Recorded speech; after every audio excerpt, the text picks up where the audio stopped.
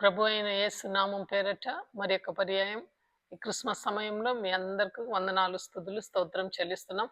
అనేక కోణాల నుండి మనము క్రీస్తు పుట్టుకను గురించి ధ్యానం చేస్తున్నాము. ఈ దినం ప్రత్యేకంగా దేవుడు ఇచ్చిన మరి యొక్క ఉపమానం ద్వారా దేవుడు ఏ రీతిగా మనతో మాట్లాడుచున్నాడని మనం చూస్తాము. అంతకుముందు ఒక చిన్న ప్రార్థన చేసుకుందాం. పరిశుద్ధుడా, ప్రేమ నమ్మకం కలిగిన మా గొప్ప పరలోక తండ్రి, శాశ్వతమైన నీ ప్రేమకు వందనాలు యేసయ్యా. వందనాలు ప్రభా.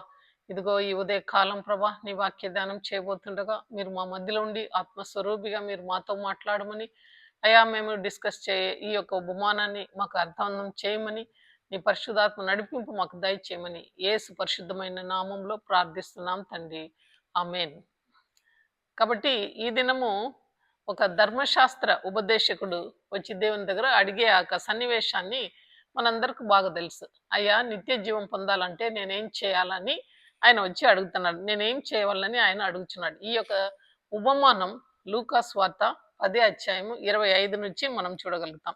అతడు నీ దేవుడైన ప్రభును నీ పూర్ణ హృదయంతోనూ, నీ పూర్ణ మనస్సుతోనూ, నీ పూర్ణ శక్తితోనూ, నువ్వు పూర్ణ వివేకంతోనూ ప్రేమింపవలను, అటువల్లనే నీ పొరుగు అని ప్రేమింపవలని చెప్తున్నాడు అనమాట. అందుకు ఆయన, నువ్వు సరిగా ఉత్తరం ఇచ్చితివి, అలాగే చేయము, అప్పుడు జీవించదవు అని అతనితో చెప్పాడు అనమాట యేసయ్య. అయితే తను నీతిమంతుడు అని కనపరుచుకోవాలని ఆయన ఏం చేస్తున్నాడంటే, తాను నీతిమంతుడని కనపరుచుకొన కోరి అతడు, అవును కానీ నా పొరుగువాడు ఎవడని యేసుతో అడిగాను. అప్పుడు దేవుడు ఈ యొక్క ఉపమానాన్ని ఆయనకు తెలియపరుస్తున్నాడు. అందుకు యేసు, ఒక మనుషుడు యెరూషలేము నుండి యెరికో పట్టణముకు దిగి వెళ్ళుచు దొంగల చేత చిక్కెను. వారు అతని బట్టలను తోచి కొని అతని కొట్టి కొర్ర ప్రాణంతో ఆయనను విడిచిపోయింది. ఈ మాటను మనము ప్రాముఖ్యంగా ధ్యానం చేయాలన్నమాట. ఆయన అడుగుతున్నాడు, అయ్యా యేసు ప్రభు, నా పొరుగువాడు ఎవడు అంటున్నాడు. అప్పుడు ఈ ఉపమానాన్ని చెప్తున్నాడు. ఒకడంట యెరూషలేం పట్టణం నుండి యెరికో పట్టణానికి ప్రయాణమై ఆయన వెళ్ళుచున్నాడు. అప్పుడు ఆ దారిలో దొంగల చేత ఆయన కొట్టబడుతున్నాడు. వాళ్ళు మొట్టమొదటిగా చేసే పని ఏమంటే, ఆయన యొక్క బట్టలను వాళ్ళు తీసుకుంటున్నాడు అనమాట. బాగా కొట్టి బట్టలను తీసుకొని అతన్ని కొట్టి కొర్ర ప్రాణంతో ఆయనను వదిలిపెట్టి పోయినట్లు వాక్యం సెలవిస్తుంది. చూడండి, యెరూషలేం అనేది ఒక గొప్ప ప్రాముఖ్యమైన దావీదు పట్టణం. అక్కడ ఎప్పుడు చూసినా ఆ సొలొమోను బండ ఆ యొక్క దేవాలయంలో మండపంలో ఎప్పుడు కూడా ఆరాధన, దేవుని కోసం ఆరాధన జరిగేది. దేవుని యొక్క సన్నిధానాన్ని ప్రజలు అనుభవించి వచ్చారన్నమాట. సంతోషం ఉంటుంది, సమాధానం ఉంటుంది. అటువంటి ఒక పట్టణం అనమాట. దావీదుపురం అంటారా, ఒలివ కొండల మధ్యలో ఉంటున్నది. అలాంటి ఒక పట్టణం నుంచి దేవుని సన్నిధానాన్ని వదిలి ఒకడు ఏం చేస్తున్నాడంటే దిగజారిపోయే స్థితిలో వెళ్ళుచున్నాడు. వాడు యెరికో పట్టణం. యెరికో పట్టణం అంటే అది నాశనకరమైన పట్టణం అని మన అందరికీ తెలుసు అనమాట. కాబట్టి మనిషి ఎలాగ పతనమైనాడని మనము మొట్టమొదటిగా ఏదైనా తోటలో మనం చూస్తాం. ఈ యొక్క సన్నివేశాన్ని క్రిస్మస్ సమయంలో మనం ధ్యానం చేసుకోవడం ఎంతగానో మనకు మేలు. ఆదికాండం 1వ అధ్యాయం 26వ వచనంలో, దేవుడు మన స్వరూపమందు మన పోలిక చొప్పున నరులను చేయించడం, వారు సముద్రపు చేపలను, ఆకాశ పక్షులను, పశువులను, సమస్త భూమి మీద ప్రాకు ప్రతి జంతువును ఏలుదురుగాక అని పలికెను. దేవుడు తన స్వరూపమందు నరుని సృష్టించి దేవుని స్వరూపమందు వాని సృజించెను, స్త్రీగాను పురుషుగాను వారిని సృజించెను. దేవుడు వారిని ఆశీర్వదించును. ఎట్లనగా, మీరు ఫలించి అభివృద్ధి పొంది విస్తరించి భూమిని నిండించి దానిని లోబర్చుకొనుడి, సముద్రపు చేపలను, ఆకాశ పక్షులను, భూమి మీద ప్రాకు ప్రతి జీవరాశులను మీరు ఏలుడి అని దేవుడు వారితో చెప్పాను. ఎంత గొప్ప ఆధిక్యత ఇచ్చాడు చూడండి. ఆకాశ పక్షులు మనవే, సముద్రంలో ఉండే మచ్చలు అక్కడ ఉండేటివి మనమే, పాకుచున్న ప్రతి జంతువు మనమే, వృక్షాలు ఫలములు అన్ని కూడా నీదే, వీటినన్ని కూడా ఏలుమని చెప్తాడనమాట.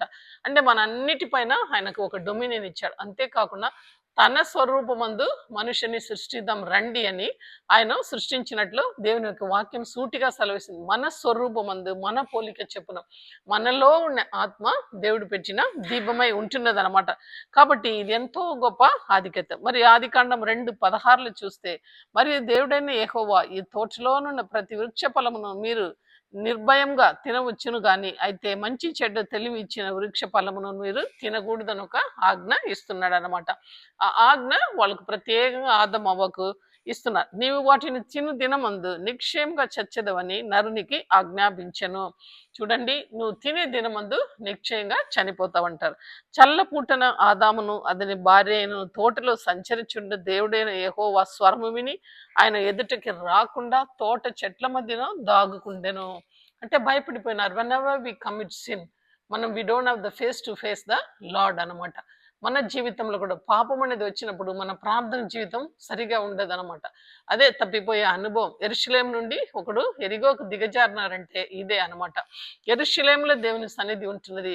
అయితే ఎప్పుడైతే మనం పాపం చేస్తామో ఆ యొక్క మనస్సాక్షి మనల్ని బాధిస్తుంది. ఆ యొక్క యెరూషలేము నుండి మనము ఎరిగో పట్టణానికి వెళ్ళిపోతాం. దేవుడైన యెహోవా ఆదామును పిలిచి నువ్వు ఎక్కడ ఉన్నావు అనెను. అందుకు అతడు, నేను తోటలో నీ స్వరం విన్నప్పుడు దిగంబరిగా ఉండిన కనుక భయపడి దాగుకొంటిని అనెను. చూడండి, నువ్వు నన్ను పిలిచినప్పుడు నేను భయపడినా. మొట్టమొదట పాపం చేసినప్పుడు మనిషికి వచ్చే మొట్టమొదటి అనుభవం, ఎమోషన్ ఏమంటే భయం అనమాట. అయ్యో, నేను ఇంత పాపం చేసి దేవుని ఎదుట ఎలా నిలబడగలుగుతాం? యోసేపు చెప్తున్నాడు ఐగుప్తులో కదా, మనం చూస్తాం. ఆ స్త్రీ ఆయనను పిలిచినప్పుడు, ఆ ఫరో ఆ యొక్క భార్య పిలిచినప్పుడు ఆయన పరిగెత్తి తన దుప్పటి వదిలి పారిపోతాడు. ఇంత గొప్ప నేరం చేసి నేను దేవుని ఎదుట ఎలా నిలబడగలుగుతానని యవనస్తుడైన యోసేపు పలికినట్లు మనం చూస్తాం. అంతేకాకుండా మనం ఇంకను కూడా చూస్తే యోబు గ్రంథం 30 అధ్యాయంలో ఆయన 31లో సెలవిస్తున్నాడు, నా యొక్క కనులతో దేవునితో నేను నిబంధన చేసుకున్నాను, నేను ఒక కన్నిగను ఎలా చూడగలుగుతానని ఆయన సవాల్ విడిచినట్లు చూస్తాం. అంటే ఎంతో పరిశుద్ధంగా వాళ్ళు దేవుని కోసము నిలబడినారనమాట. కాబట్టి ఇక్కడ చూస్తాము ఆదాము వాళ్ళు ఏం చేస్తున్నారంటే, మేము దిగంబరిగా ఉన్నామని కనుక్కొని మేము భయపడి మేము దాక్కున్నాము అని సెలవిస్తున్నారు. అంతేకాకుండా అందుకు ఆయన, నీవు దిగంబరివని నీకు తెలిపిన వాడు ఎవడు? నీవు ఆ నీ తినకూడదని నేను నీకు ఆజ్ఞాపించిన వృక్ష ఫలమును తింటివా అని అడిగాను. అంటే ఇదే అనమాట, ఒక యెరూషలేం పట్టణం నుండి ఎరిగోకు పోయే ఒక అనుభవం. ఆదమ వాళ్ళు ఎంతో ఉన్నతమైన స్థానం నుంచి ఒక దిగజారిన స్త్రీ ఒక స్థితిలోకి వచ్చి ఆ యొక్క మధ్యలో తోట మధ్యలో దాక్కున్నారు. ఎగోవా స్వరం వాళ్ళు వినేటప్పుడు వాళ్ళు భయపడి ఆ యొక్క తోటలో దాక్కున్నారనమాట. ఇది మొట్టమొదటి అనుభవం. ఇలాంటి అనుభవము బైబిల్ గ్రంథంలో అనేకం చెప్పబడి ఉంటున్నది. మరి ఒకటి మనం చూస్తాము, ప్రకటన గ్రంథము 3వ అధ్యాయము 14 నుంచి 18 వాక్యము ఇలాగా సెలవిస్తుంది. లవదోక్య సంఘం గురించి రాయబడింది అనమాట. లవదోక్యాలో ఉన్న సంఘపు దూతకు ఇలాగ రాయము, ఆమేన్ అనువాడను నమ్మకమైన హతసాక్ష్యమైన దేవుని దృష్టికి ఆధీనై ఉన్నవాడు చెప్పు సంగమది ఏమనగా, నీ క్రియలను నేను ఎరుగుదును, నువ్వు చల్లగైనను వెచ్చగైనను లేవు. నీవు చల్లగైనను వెచ్చగైనను ఉండినా మేలు, నీవు వెచ్చగైనను చల్లగైనను ఉండకుండా నులివెచ్చగా ఉండుచున్నావు. నేను నిన్ను నా నోటి నుండి ఉమ్మివేయవలసి ఉన్నది. చూడండి, దేవుడు ఒకరిని నిరాకరిస్తే, తునీకరిస్తే, నాకు అక్కర్లేదు, నా యొక్క ప్లాన్లను సరితూగవు, వెళ్ళిపోమంటే అది ఎంత భయంకరమైన స్థితి కదా. We need to be in the hands of God. దేవుని యొక్క పనికరంగా మనం వాడబడాల. అది కూడా కరుకైన పట్టయంగా మనము వాడబడాల. మొద్దుపారిన ఒక ఇన్స్ట్రుమెంట్గా దేవుని చేతులు మనం ఉండేదానికి వీలు లేదు. అందుకే ఇక్కడ చెప్తున్నాడు, నువ్వు చల్లగైనను వెచ్చగైనా ఉంటే మేలు, నువ్వు చల్లగా ఉండవు వెచ్చగా ఉండవు, నులివెచ్చగా ఉంటావు. కాబట్టి నేను నోటి నుండి నేను ఉమ్మి వేస్తున్నాను అంటున్నాడు. నీవు దౌర్భాగ్యుడును దిగంబరిను వనచు దరిద్రుడను కుంటివాడను దిగంబరి ఉన్నానని నువ్వు ఎరుగక నేను ధనవంతుడును ధనవిరుద్ధి చేయుచున్నానని నాకు ఏమీ కొదవలేదని చెప్పుకొనిచున్నావు. అంటే యాక్చువల్గా నువ్వు దిగంబరిగా ఉండవు, దౌర్భాగ్యంగా ఉండవు, నీ దగ్గర ఏమీ లేదు, ధనవంతుడు కాదు, కుంటివాడుగా గుడ్డివాడుగా ఉండవు. ఇవన్నీ నాకు లేదు, ఏమీ లేదు, నేను చక్కగా ఉన్నాను, సమృద్ధి కలిగి ఉన్నాను, నేను ధనవంతుడును, సమస్తము నా దగ్గర కలిగి ఉంది, ఏమీ కొదవలేదని నువ్వు చెప్పుకుంటున్నావు. అయితే దేవుడు ఏమంటున్నాడంటే, నీవు ధనవృద్ధి చేసుకున్నట్లు అగ్నితో పుడము వేయబడిన బంగారమును నీ సమూల సిగ్గు కనపడకున్నట్లు ధరించుకొనుటకు తెల్లని వస్త్రము. చూడండి, బంగారమును పుడము వేయాలి అంటే మన యొక్క ఫెయిత్, మన యొక్క విశ్వాసం శోధింపబడాల.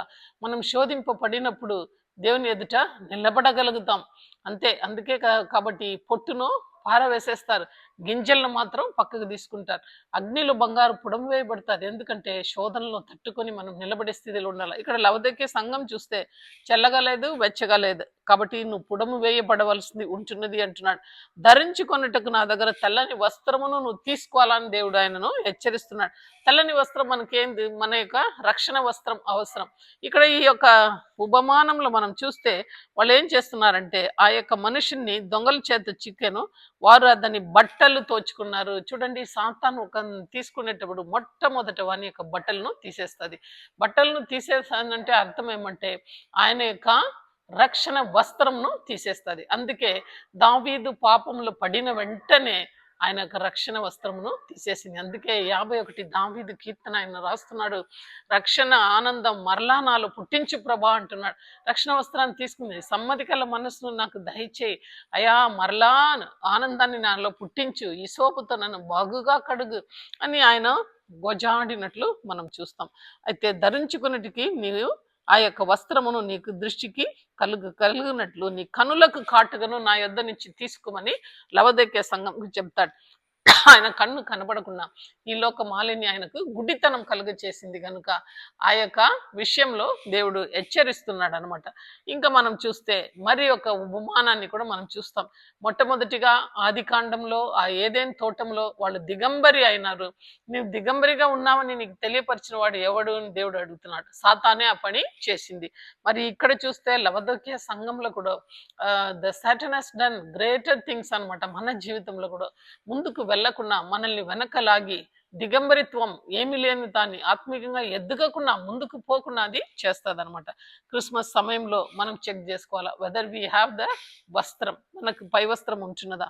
ఇంకా సూలమంతిరి అయితే సాంగ్స్ ఆఫ్ సాలమోన్లో మనం చూస్తాం 5వ అధ్యాయము 6-7 వచనాల్లో చూస్తే, నా పిరినికి నేను తలుపు తీయనందున అతడు వెళ్ళిపోయాను, అతని మాట వినుటతోనే నా ప్రాణము సొమ్మసిల్లెను, నా ఎక్కడ వెతికినను అతడు పలకలేదు, పట్టణంలో తిరుగు కావలి వారు నాకు ఎదురుపడి నన్ను కొట్టి వాళ్ళు నన్ను గాయపరిచి ప్రాకారం మీదికి కావలి వారు నా వస్త్రమును దొంగలించరి. చూడండి, ఆమె ఏం చేస్తుందంటే ఆ యొక్క రాత్రికాల సమయంలో నా ప్రియుడు అంటే దేవుడు వచ్చి తలుపు తడుతున్నాడు, ఆయనకు స్వరం విని ఆయన తలుపు తీయాల. ఆమె అప్పుడే నేను పాదమును కాలు కడుక్కుంటాను, నాకు వస్త్రం లేదు, వస్త్రము మరలా తొడుక్కోవాలా, దేవుని ఎలాగ ఎదుర్కొంటేదని భయపడి నిదానం చేస్తుంది. అప్పటికి దేవుడు ఏమంటున్నాడు, దేవుడు వెళ్ళిపోతాడు అనమాట, నా ప్రియుడు వెళ్ళిపోయినాడు అంటుంది. కాబట్టి ఆ స్వరం విన్నాం కనుక నేను ధైర్యంగా బయటికి వస్తాను. బయటికి వచ్చినప్పుడు కావలివాడు అంటే అక్కడ ఉండే సాతానులు అనమాట, ఆమెను పట్టుకొని ఆ పైన ఉండే కాపర్లు, ఆ యొక్క పైన ఉండే ఆ యొక్క గోడ మీద ఉండే వాళ్ళందరూ కూడా ఆమెను కొట్టి ఆమె యొక్క పై వస్త్రాన్ని దొంగలించరి అని వాక్యం సెలవిస్తుంది. ఈ మాటలను మనం చూసినప్పుడు సాతాన్ యొక్క పని ఆది కాండంలోనే మనం చూస్తాం. హెచ్కెల్ గ్రంథంలో కానీ యెషయా గ్రంథంలో కానీ చూసినప్పుడు ఎంతో రమ్యంగా దేవుని యొక్క సన్నిధానంలో ఆ యొక్క లూసిఫర్ చాలా ఆనందంగా ఉండేదన్నమాట. ఎప్పుడైతే అది త్రోసివేయబడిందో, అసూయ కలిగి నాకు ఆరాధన జరగాలని ఆశపడినప్పుడు అది త్రోసివేయబడింది. కాబట్టి ఏమాత్రం నరుడు దేవునితో సంతోషంగా ఉండు అది ఓర్వలేక నరుని ఈ పని చేసింది అనమాట. కాబట్టి ఇంకొక మాట కూడా మనం చూస్తాము, ఇజ్రాయేల్ యొక్క ప్రజలు వాళ్ళు ఏ రీతిగా ఉన్నారు. 19 నిర్గమకాండము 18-20 వరకు చూస్తే, యెహోవా అగ్నితో సీనాయి పర్వతం మీదకి దగించి వచ్చి అంతము ధూమమైన ఉండెను, దాని ధూమము కొలిమి ధూమము వలె ఉండెను. ఆ చోటకు ఆ పూర్వదని ఆ ప్రకారంగా మోషే మాట్లాడుచుండగా దేవుడు కంఠస్వరం చేత అతనికి ఉత్తరం ఇచ్చను వాక్యం సెలవిస్తుంది. ఇక్కడ మనం మొత్తం మీదకి చూస్తే ఆ కొండ మీద దగించు అగ్ని ఉందన్నమాట. ఎవరు కూడా లోపలికి వెళ్ళలేరు. అలాంటి సమయంలో ఆ ధూమం ఉందన్నమాట, పొగ అనమాట నిండుకొని ఉంది. అలాంటి సమయంలో మోషే మాత్రం లోపలికి వెళ్ళి మాట్లాడుతున్నాడు. యెహోవా సీనాయి పర్వతం మీదికి అనగా ఆ పర్వత శిఖరం మీదకి దిగి వచ్చెను. యెహోవా పర్వతం శిఖరం మీదికి రమ్మని ఆయనను మాత్రం మోషేను పిలువగా మోషే ఎక్కి అక్కడికి వెళ్ళుచుండాడు అనమాట. అది ఒక సన్నివేశం, అంటే దేవుని సన్నిధానంలో ఉండడం ఇజ్రాయెల్. అయితే 29:45 మనం చూస్తే నిర్గమకాండం, కావున నేను వారి మధ్య నివసించినట్లు ఐగుప్తు దేశంలో నుండి వారిని వెలుపలకి రప్పించిన తమ దేవుడైన యెహోవాను నేనే అని వారు తెలుసుకుందురు. నేను వారి దేవుడైన యెహోవాను అని దేవుడు సెలవిస్తున్నాడు. అయితే 32 అధ్యాయంలో మనం చూసినప్పుడు వాళ్ళు తప్పిపోతారనమాట. 7-10 ఇలాగ సెలవిస్తుంది. కాగా యెహోవా మోషేతో ఇట్లా నన్ను నువ్వు దిగి వెళ్ళుము, ఐగుప్తు దేశం నుండి నువ్వు రప్పించిన నీ ప్రజలు చెడిపోయిరి. నేను వారికి నియమించిన త్రోవ నుండి త్రో తద్వారా తొలగిపోయిరి. తమ కొరకు పూత పూసిన దూడను చేసుకొని దానికి సాగిలపడి బలి నర్పించిరి. ఓయి ఇశ్రాయేలు, ఐగుప్తు దేశం నుండి నిన్ను రప్పించిన నీ దేవుడు ఇదే అని చెప్పుకొని కొనిరా. నేను మరీ యెహోవా ఇట్లా నేను ఈ ప్రజలను చూచి ఉన్నాను, ఇదిగో వారు లోబడనని ప్రజలు అంటున్నాడు. కావున నీ ఊరుకోకుండుము, నా కోపము వారి మీద మండును. చూడండి ఎంత భయంకరంగా ఉంది. ఒకానప్పుడు ఏమంటున్నాడు, అగ్నిలో వాళ్ళకు ఉత్తరం ఇచ్చాడు, మోషేతో మాట్లాడాడు. ప్రత్యక్షపు గుడారం మీద ఆయన యొక్క ఆత్మ వచ్చి నిలబడింది. పగలవేళ మేఘస్తంభంగానో, రాత్రి వేళలో అగ్నిస్తంభంగానో ఆయన దిగాడు.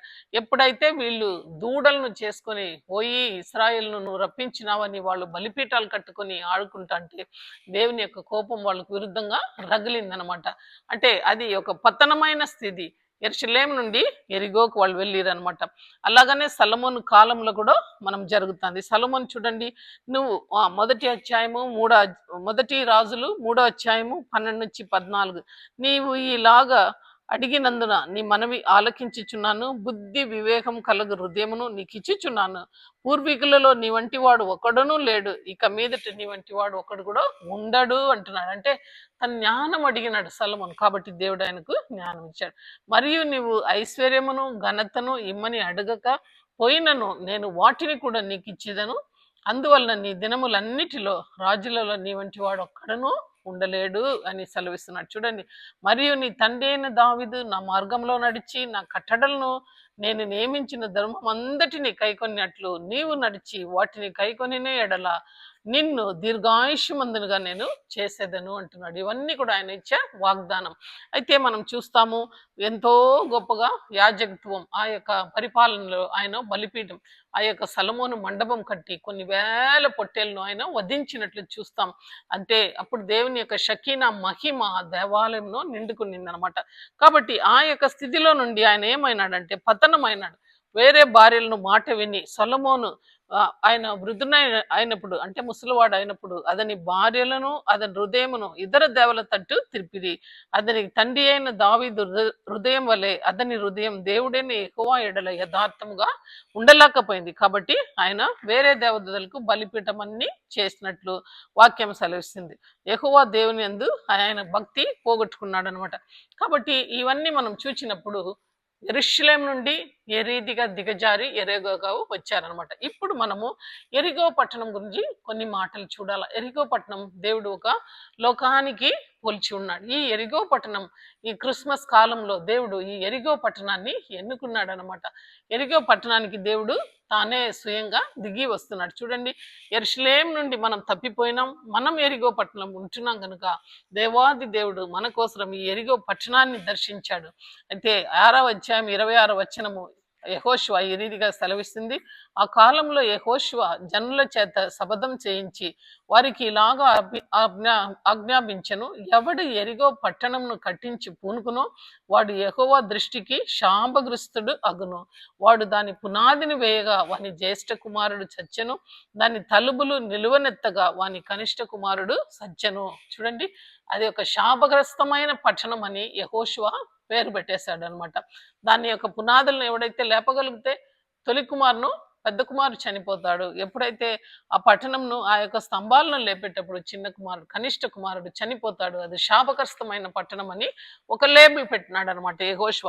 అయితే దేవుడు ఏమంటున్నాడంటే ఆది కాండం నుంచి కూడా మనం చూస్తే ఈ యొక్క పట్టణాన్ని యొక్క పరిస్థితిని చూసి దేవాది దేవుడు దిగి వచ్చినట్లు మనము వాక్యం సెలవిస్తుంది. మొట్టమొదటిగా చూస్తే ఈ యొక్క పట్టణంలో మనం చూడండి, జెరికో పట్టణంలో రాగాబు అనే వేశ్య, ఆ వేశ్య ఆ గోడ ప్రాకారం గోడలోనే ఆమె ఇల్లు ఉందన్నమాట. అక్కడ ఆమె దేవుని యొక్క రక్షణను పొందుకుంటుంది. చూడండి, మనం ఎంతో చక్కగా చెప్పబడి ఉంది యెరిగోలో. యెహోషువ 2:1. నూను కుమారుడైన యెహోషువ వేగుల వారిన 2 మనుషులను పిలిపించి, మీరు పోయి ఆ దేశమును ముఖ్యంగా యెరిగోను చూడుడి అని వారితో చెప్పి ఆ యొక్క వాళ్ళని పంపిస్తాడనమాట. రాహాబ్ అని ఒక వేశ్య ద్వారా వాళ్ళు చేరి అక్కడ వాళ్ళు ఆ యొక్క సమాచారం అంతా కూడా కనుక్కున్నట్లు మనకు తెలుసు. కాబట్టి నాశనకరమైన యెరికో పట్టణానికి దేవుడు మనుషులను పంపిస్తాడు. ఎక్కడైతే శాపం ఉందో ఆ శాపగ్రస్తమైన ఆ స్థలానికి దేవుడే తానే క్రిస్మస్ సమయంలో దిగి వస్తున్నాడు. ఎందుకంటే ఆ స్థలంలో ఆ వ్యక్తి కొట్టివేయబడినాడు అనమాట. ఆ యొక్క ప్రయాణమై పోవచ్చున్న ఆ యొక్క వ్యక్తి యెరూషలేం పట్టణం నుంచి ఎరిగోకి వచ్చినప్పుడు ఆయనను దొంగల చేత పట్టబడి కొట్టి బట్టలను తీసుకొని కొర ప్రాణం తెడిచిపెట్టారు. ఎక్కడైతే నువ్వు పడి ఉన్నావో ఆ స్థలంలో దేవుడు వచ్చినట్లు వాక్యం సెలవిస్తుంది. అలాగనే లూకా 19:1 మనం చూచినప్పుడు ఆయన సంచరించుచు ఎరిగో పట్టణంలో ప్రవేశించుచుండగా దాని గుండా పోవచ్చుండగా ఇదిగో సుంగపు గుర్తుదారుడైన ఆ యొక్క జక్కయ్య అనే పేరు పెట్టే ఒక మనుషును కనబడను. చూడండి, అది కూడా ఎరిగో పట్టణం. ఈ అద్భుతం కూడా ఎరిగోలోనే జరుగుతుంది. అక్కడ సాల్వేషన్ మొట్టమొదట ఎరిగోలోనే జరుగుతుంది అనమాట. అప్పుడు జక్కయ్య కూడా ఆ రీతిగానే పలుకుతున్నాడు, అయ్యా నేను ఏమైనా 4 తిరిగి ఇస్తాను అని చెప్తున్నాడు. చూడండి, యెరూషలేం నుంచి ఎరిగోలు చూసినప్పుడు ఎరిగోనే దేవుడు ఎన్నుకున్నాడు. ఎందుకంటే అది నాశనకరమైన పట్టణం. ఎక్కడ నాశనం ఉంటున్నదో, ఎక్కడ దొంగలు మనల్ని కొట్టినారో, ఎక్కడ సాతాన్ మనల్ని కింద పరిచినాడో ఆ యొక్క ఏదైనా తోటలో ఆ స్థలానికి దేవుడు భూలోకానికి దిగి వచ్చాడు అనమాట. నువ్వు పడి ఉన్న చోట చూసి ఆ యొక్క ప్రయాణికుడు పడి ఉండే చోట ఎక్కడంటే ఈ లోకంలో పడిపోయినాడు అనమాట, ఎరిగోలో. ఇది నాశనకరమైన పట్టణం. అయితే దేవుడు, దేవాది దేవుడు ఈ క్రిస్మస్ కాలంలో నీకోసరం నాకోసరం మనం ఎక్కడ పడి ఉన్నామో ఆ ఎరిగో పట్టణానికి దిగి వచ్చాడు. కన్యగా గర్భం ధరించి కుమారుని కనును, అంటే ఒక కుమారుని రూపుగా, పశుపాలని రూపుగా ఆయన వస్తున్నాడు. ఇంకొక మాట కూడా మనం ఎరిగో గురించి చెప్పవచ్చు. అది ఎక్కడ ఉందంటే మార్కు సువార్త 10:46-52.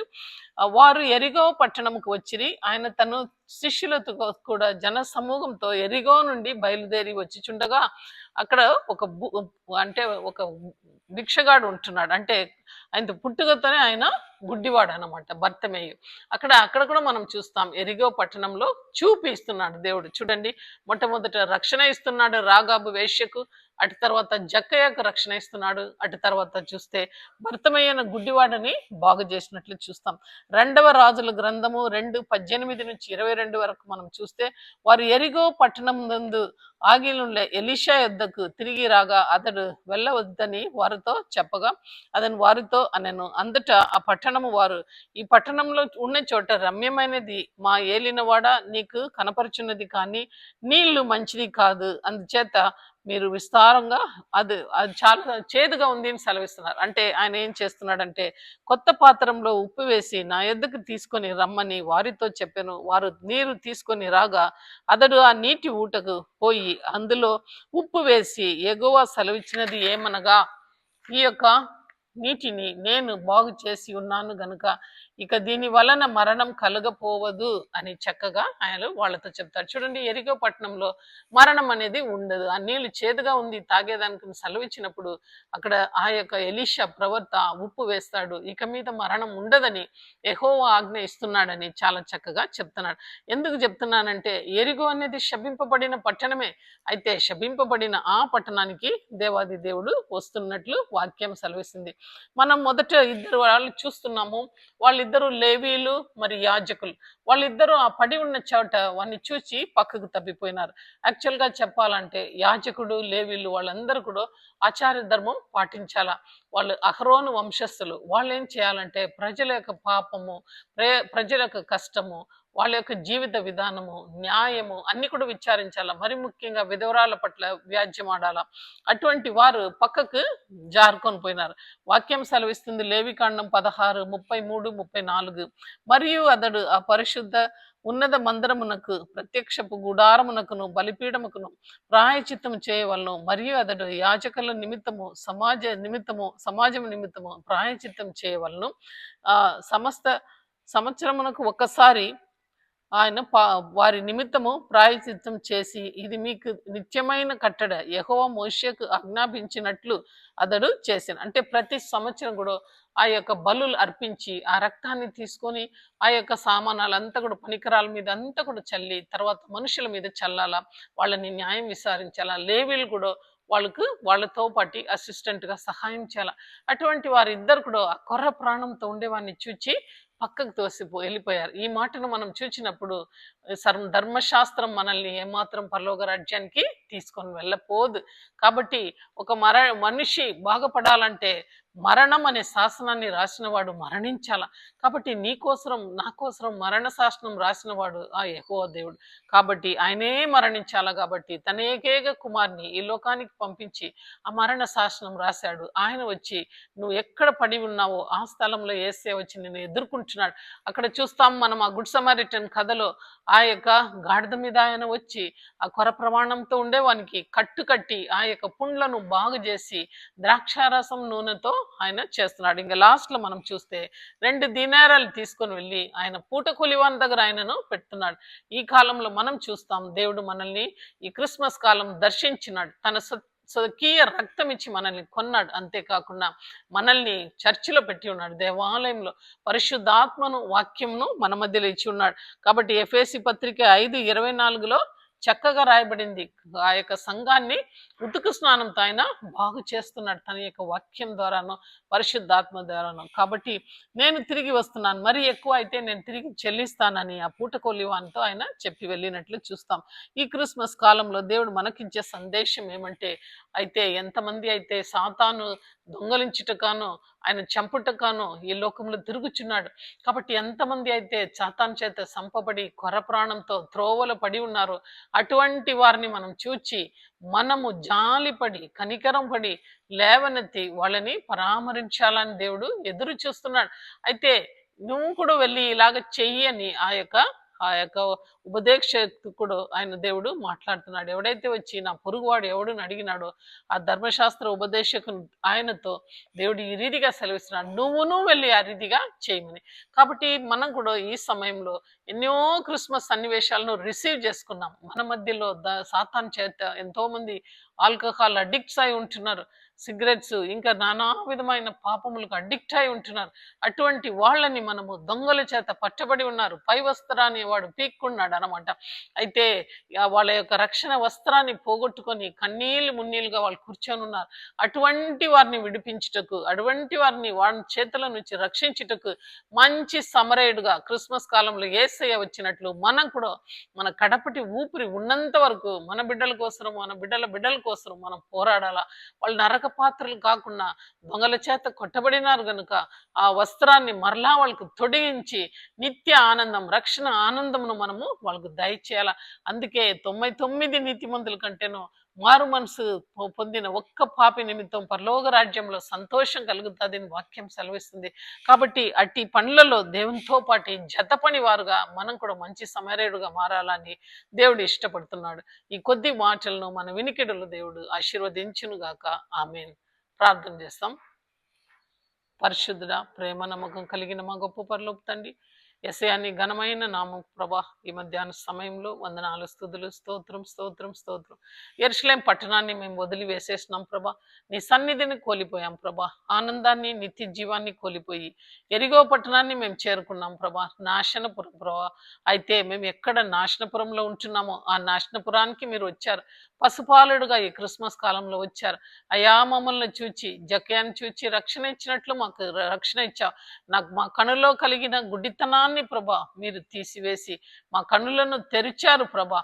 కాబట్టి ఆయన ఏదైతే మేము పొందుకున్నామో ఆ రీతిగా సాతాన్ చేత, దొంగల చేత అవును తండ్రి పట్టబడి ఇదిగో ప్రభా పాప ఊబిలో కూరుకొని పోయే వాళ్ళని విడిపించుటకు మేము కూడా అలాగ మీరు కూడా వెళ్ళి చేయుడి అని సెలవిచ్చినాం. మేము కూడా ఆ రీతిగా ప్రభా ఈ రక్షణ కార్యంలో నీతో పాటి ప్రభా జతపని వారుగా నిలుచుటకు అంతం వరకు కూడా ప్రభా మాకు ఆత్మల భారం దయచేయమని, విత్తబడిన వాక్యాన్ని నీరుగట్టి ఫలింప చేయమని యేసు పరిశుద్ధమైన నామంలో ప్రార్థిస్తున్నాను తండ్రి. ఆమేన్.